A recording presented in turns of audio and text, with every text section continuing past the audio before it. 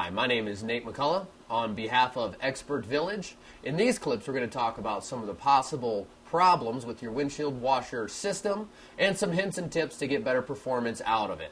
In this clip, we're going to talk about two different types of windshield washer solvent.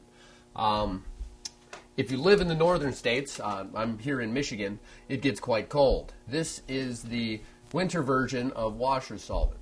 I recommend using it anytime, from say November through till about March. You notice it's a different color than the standard blue, and it's rated for negative 34 degrees.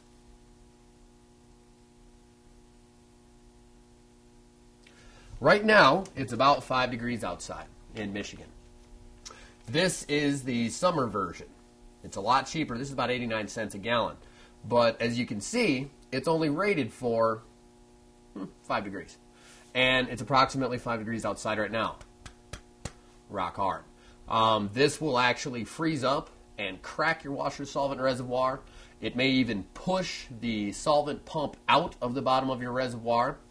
If it's liquid enough that you can actually spray it on your windshield, it's going to freeze instantly and cause you dangerous driving condition.